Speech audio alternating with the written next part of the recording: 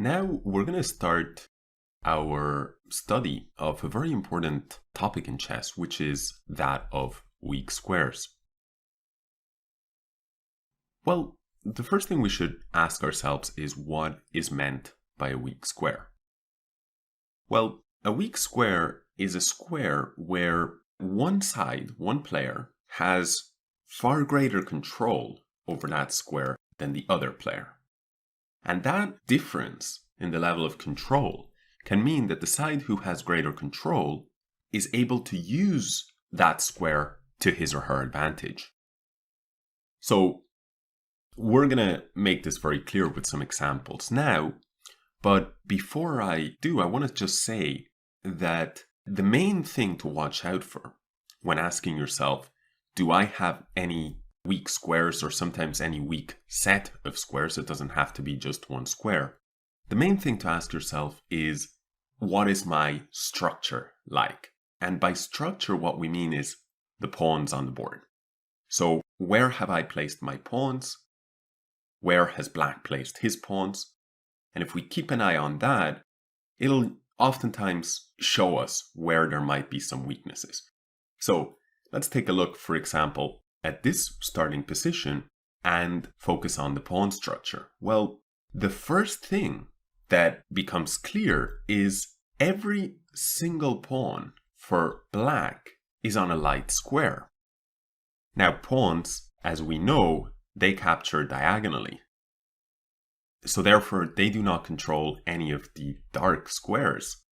Take a look at all of these undefended dark squares. For white, the case is actually different. In his case, his pawns in the center all lie on dark squares. And in the king's side, 2 are on a dark square. So he has the majority of his pawns on dark squares. Therefore, the weak squares are most likely going to be the dark squares for black, and potential weaknesses would be along the light squares for white. Now, there is one more thing that should be said, and perhaps some of you guys will have already heard this before, which is be very careful when you push pawns, because pushing pawns creates weaknesses. This is quite commonly said by many chess authors and chess players in the past. And so in this particular case, we see that black's pawn chain has advanced more than white's chain has. And therefore, there are more weak points for him to potentially worry about. As we can see, the white queen is targeting the pawn on d5, and in fact, the white rook is also targeting the pawn on b5, because if rook takes b5, pawn takes b5, we see that in the end, rook takes rook on a8 will come in with check, and that would be very bad news for black. So therefore, we can see that black has weak squares along the dark squares. He has weaknesses along the dark squares primarily because he's placed his pawns on light squares. That tends to create those weaknesses along the other set of squares. And he has some general weaknesses even along the light squares, because he's pushed his pawns quite far up the board. Now, if we look at it from the other side, and we see, well, what squares can black take advantage of here that may be a bit weak for white?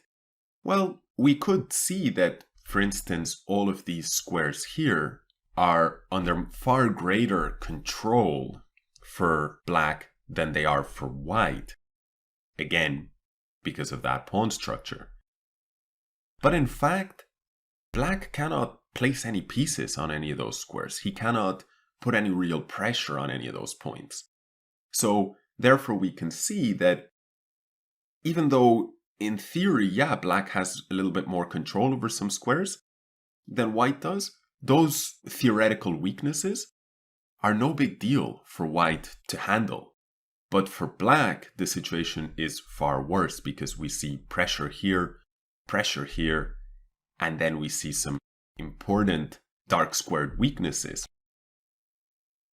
We see that b4 and a5 are already being used. The two that are most difficult to really access are d6 and c5. But b4 and a5 can be used and are already being used by white just to pressure the pawns on the a file and the b file. We see that d5 is already a big problem. And we also see that this f6 square is a square where white could, if he wanted to, move his queen to that point because he has such good control over it. But black, on the other hand, he could not do likewise. If he were to put his queen there, it would be instant disaster. So let's see what actually happened in this game. Hopefully now that you guys have a better idea of what to look for when trying to figure out weak squares. So here, black played the move queen to e6. Makes sense, defending the pawn on a6 and also the pawn on d5. White could have considered capturing on b5. And then after pawn takes rook with check. But he wanted more out of the position. We should point out that here, black is actually up a pawn. So his squares are much weaker overall, but at least he is up some material. White now played the move queen to f6, exploiting that weakness. Look at how he's exploiting a specific square, the f6 square, but that square lies on a weak set of squares or square complex, which is these dark squares on the king side that are very, very weak based on the placement of the pawns. Now, black stepped the queen back to c8. From here, he defends the pawn on a6 and also defends the rook, and that takes away the possibility of rook takes b5. But now white is simply very patient. He plays the move pawn to f4. And notice again how that control of the dark squares is very problematic for black because his king cannot move. For example, he would like to play the move king to g7 so that he can connect the rook with the other heavy pieces on the first rank. He went queen to b7 instead, and now white followed up with rook to a5. Again, we see that a5 square, which is one of the two key dark squares on the queen side that we said were weak initially, rook a5 is now occupied by the white rook. Notice the two factors. The first one is the way in which black placed his pawns, the color square in which he placed them. He places them on light squares. That creates weaknesses on the other set of squares, the dark squares, and so white is able to exploit that. And then the second thing is black pushed his pawns quite far. And when you do push your pawns this far, well, imagine this pawn that started on c7. If it was still able to go to c5, it can control b4. But of course, that's no longer an option. Well, we see that if the pawn was still on b7 and could play pawn to b6, he could kick out the rook. So it's important to be very aware of these 2 points. Number one, advancing pawns in general will create weaknesses. And number two, placing your pawns on one color square will leave you with weaknesses on the other color square. Black went king to e8. White now played rook b to a1, ganging up on the a6 pawn. And now notice how white's control over that b4 square with his rook, well, that's no longer the case. So his overall control of that square drops a bit, and black tries to exploit this by playing the breakthrough b4 and trying to create some kind of counterplay. White takes on b4, queen takes b4, And now rook takes pawn on d5. Material is now level, but black is hoping to shake things up, so to speak. Queen to b7. However, the player with the white pieces played a crushing blow in this position. He played the move pawn to e6, and black resigned here. The problem is there are too many threats. Right now, white can threaten a move such as rook to d7, and then when the queen moves, capture on f7 with mate. And so if queen takes rook, then white will play queen takes f7, the king will have to go to d8, and at the very, very least, white will be able to just give this check and win the queen.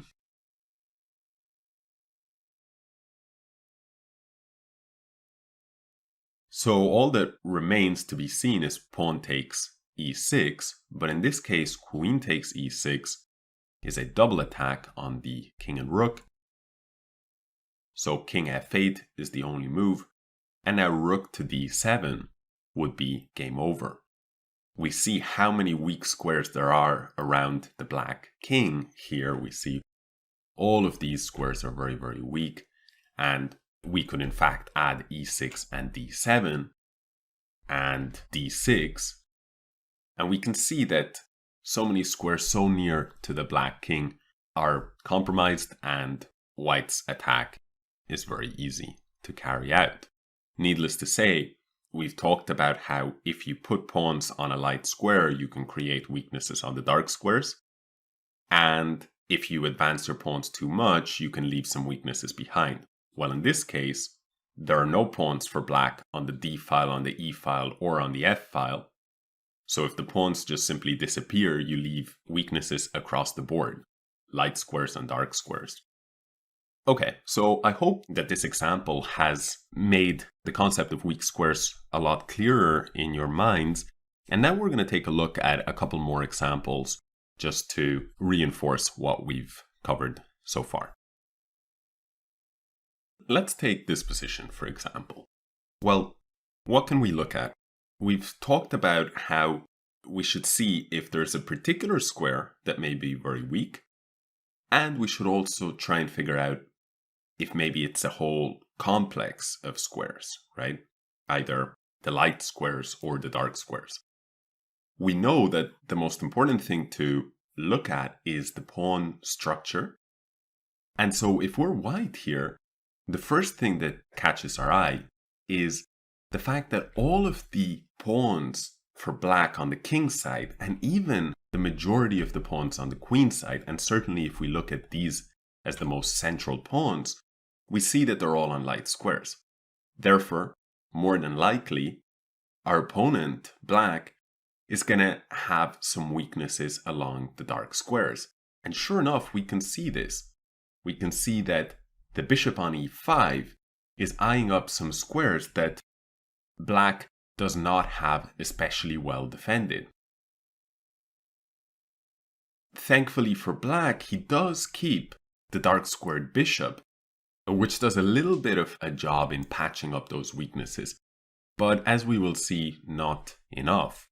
Let's see how the game played out. Knight to d7, knight takes d7, bishop takes d7, and, well, if we see what are the main weaknesses near the black king, we see this f6 square and the h6 square stand out.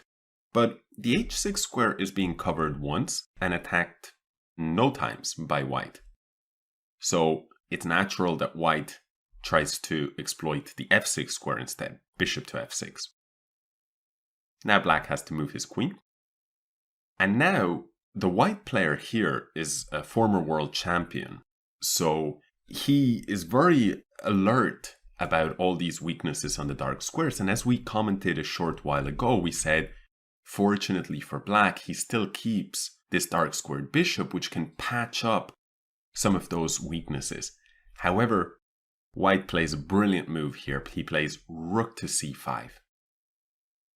And he exploits what is sort of a weak square, right? I mean, it's when I say sort of a weak square, what I mean is that structurally, because black has his pawns on those light squares, the weaknesses will come along the dark squares, as we've said, but it's only sort of weak because the bishop on f8 is eyeing up that square. However, if bishop takes rook, then pawn takes bishop. White has sacrificed an exchange, but this bishop is now under attack. And let's say that black dropped the bishop back. Notice how the weaknesses along the dark squares make it difficult for black to play many moves. For instance, if black were to do a move like rook a to d8, then among other things, that rook would be under attack. Although, of course, white would not concern himself with the rook. Instead, he would play queen to e3. And where is that queen headed to? Sure enough, to h6, from where it will deliver checkmate. Notice that f6 square and that h6 square, we first jump into the f6 square, and now we reroute our queen to get onto the h6 square. And notice how those two squares became weak after black advanced that pawn to g6 and therefore let go of control over those two dark squares. Here, there would be simply no defense. So that is why black chose not to play in this fashion. If, for instance, bishop to c8, then white would also go queen to e3. And again, nothing to be done.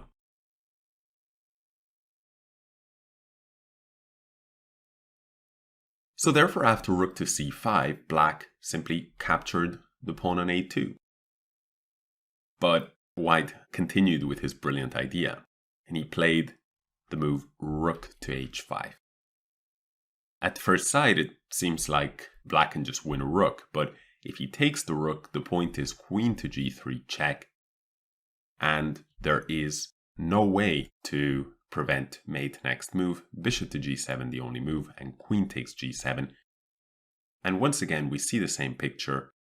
White attacks black along the dark squares, f6, g7, h6 as well in some variations.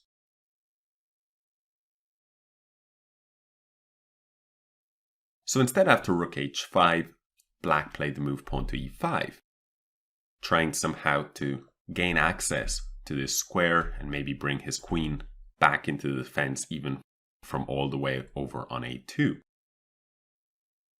White captured the pawn, bishop to e6, and now white has been attacking along those dark squares, right? Even the move rook to h5, when he placed this rook here, was a good move because if pawn takes rook, then after queen g3, there was a collapse along those dark squares.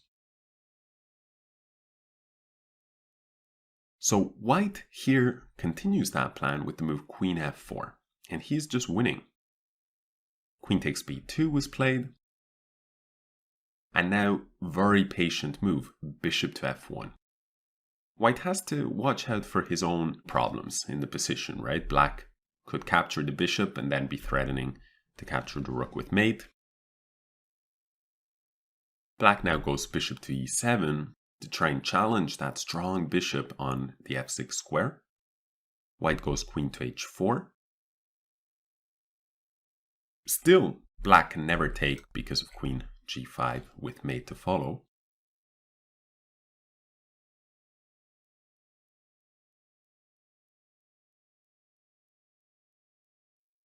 Black goes bishop to c5 to try and create some threats of his own.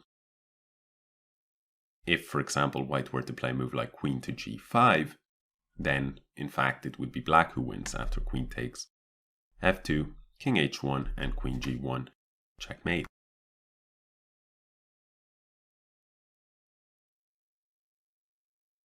So instead he goes rook to h6, and there's a clever reason behind this, because if, for example, white played a pawn move like h3, black would take on f2, queen takes,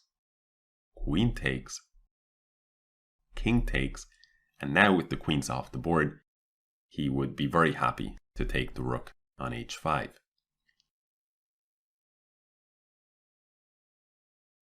So, after bishop c5, rook to h6 was played, a5, rook to d3, and it's going to be game over. Black in this position decided to capture on f2, just to prolong the game. But let's see what would have happened with the more natural pawn to a4. Well, here white's intention is rook f3, and now if black does nothing, white will simply capture on h7 and deliver checkmate on h8. And the purpose of the rook being on f3 is that by defending f2, he can take on h2 and avoid any sort of sacrifice here just to get the queens off the board and in the end win a rook. That may be unclear, so let me show you guys what I mean. If, for instance, here white plays rook takes h7 immediately, then black will capture on f2 with his queen. Queen takes f2 will be forced, bishop takes, king takes, and now the rook will fall. So that's the purpose behind the move rook d3. And after a move like pawn to a4, now rook f3. White doesn't need to rush because he has such a stranglehold over the dark squares next to the black king. Pawn to a3, rook takes h7, and it'll be checkmate in 3 moves. I hope you enjoyed this section, and I will see you guys in the next one.